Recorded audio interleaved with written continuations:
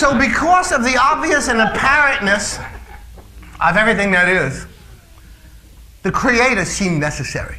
But then science comes along and says, no, I'm afraid you have it wrong, primitive fucking people.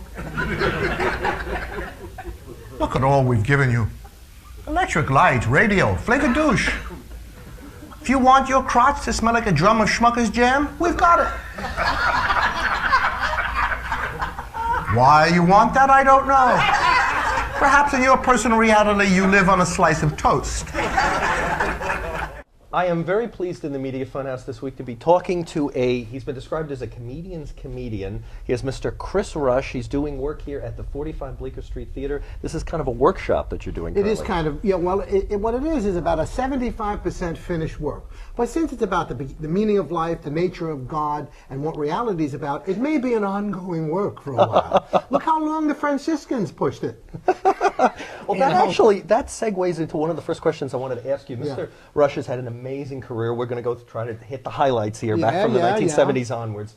You are an ex-Catholic. I am an ex-Catholic. Can you offer some? I noticed in your work tonight, even though you're way ahead of, I'd say, the Catholic theology, it's still a part of you. It's very. Of course. How can you forget that? Like I said, I still can't masturbate during a thunderstorm. They get you when you're very young. You know, when you get a kid when he's really young, you can teach him almost anything. There are kids that still think rabbits lay chocolate eggs, which can lead to really bad eating habits in the woods.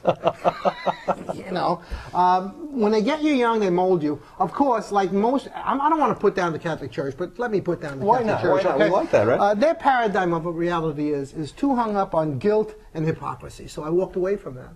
I left the Catholic Church philosophically when I was in the 8th grade. Wow. Okay. 7th grade. When they explained to me that a finite sin could be punished forever. Wow. I said, but sister, if a guy aggravates me and I hit him on the head with a mallet, and I keep hitting him until my arm gets tired, so I shift hands, and I keep hitting him and hitting him, I rub Bengay on my arm, I hit him until the next day. He's an unrecognizable blob of offensive stuff on the floor. Eventually, I've got to be satisfied. He's paid for that sin, but not Jesus, because he loves you. That sounded psycho to me. That sounded dried out mom in the cellar psycho. And the most famous distributor of that is the Catholic Church. Back in the Middle Ages, in the old days, when a white beanie meant something. Now, I had an early exposure to the Catholic Church. I went to a Catholic grammar school in a little tough Italian neighborhood with St. Carmine's, patron saint of plea bargaining. It's the only statue of a saint with a hat in front of his face. With a little slogan on his pedestal, I didn't fucking see nothing.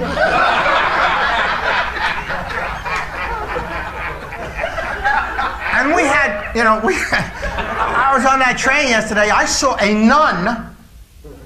She had a backup nun with her. They always come out in twos. Right? One drives the car, the other one does the hit. And she was a nun, but her feet were sticking out. She had like knee down. My nuns didn't have feet. They floated on a little invisible cushion of suppressed sexuality.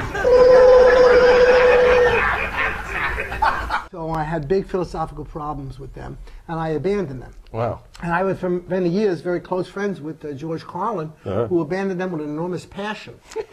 And from now on, what I understand, here's some good news. Okay.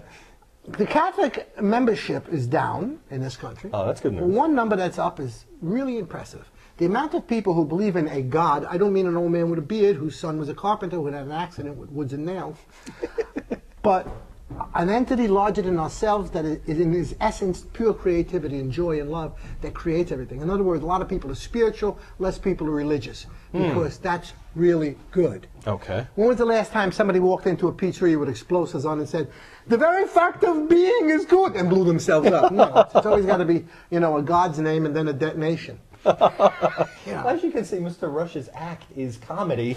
I think you described it to me on the phone. We were trying to exactly pin down what he does, and you said quantum physics? I like a lot of quantum physics, and some Eastern mysticism, a little Vedantic philosophy, and basically T&A and pee-pee jokes. Pee-pee jokes. Can we say that on camera? Yes, this is public access. He is wearing a skull cap and a cape. Yes. And I wonder what we can say. You've been doing this since what time in the 70s? It would be very well, my first album, when that album came out, what, 74? 73, it says 73, and I was in the business, you ready for this? I was in business 1 year before I cut this album. Wow. Wow. Some guy saw me at a loft building in the village and said, "You know, you're really funny.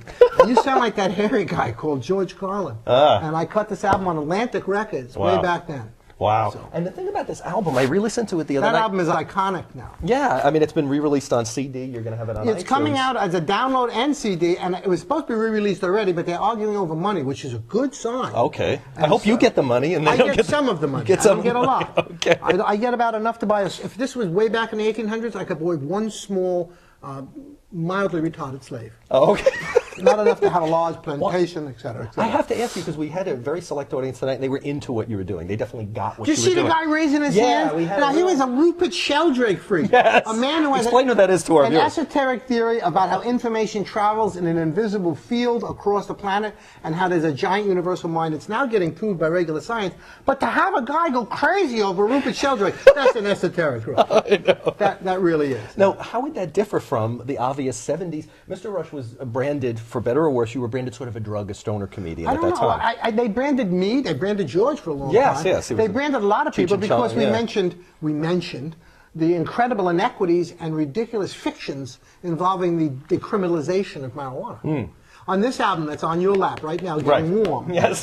there's a bit there about the twisted thing they did to tell you that grass was toxic. They gave something like 3.5 ounces to a gerbil and then wondered why he wouldn't run on the wheel. Apparently, if they gave him speed, he could have driven a whole bank of electric lights. But, yes, grass does cause lethargy. Yes, grass among very young children reduces the amount of learning they're going to do. But grass among adults, or kids above 18, you're more or less solidified after 18, 19 years old. I can't see the harm it does. Unless you, don't mind eating 20 or 30 pounds of cookies and then going for a swim. You could have an accident, and you would laugh. People would laugh at the funeral. How'd he die?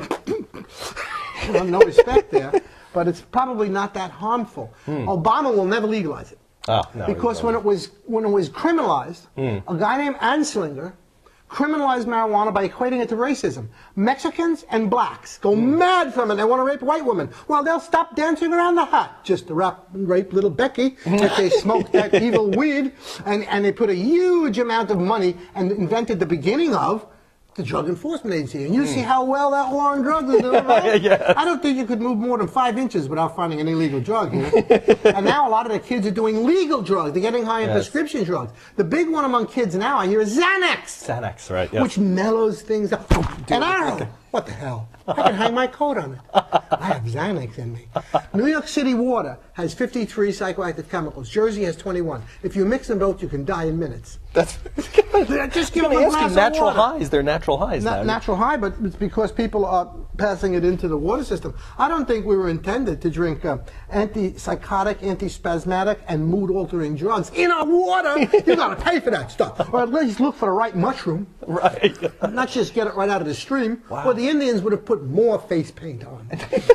Now, you were born and bred in New York. I was born in Brooklyn, Okay. New York. Okay. And I stayed there a long time. A long time. Then I moved briefly to Manhattan. Okay. After my divorce, I tried to commit suicide by living in the model district and dying from an OD of sex, which you can't do. All you do, you come as blank and you want to join the advertising industry, but you don't die.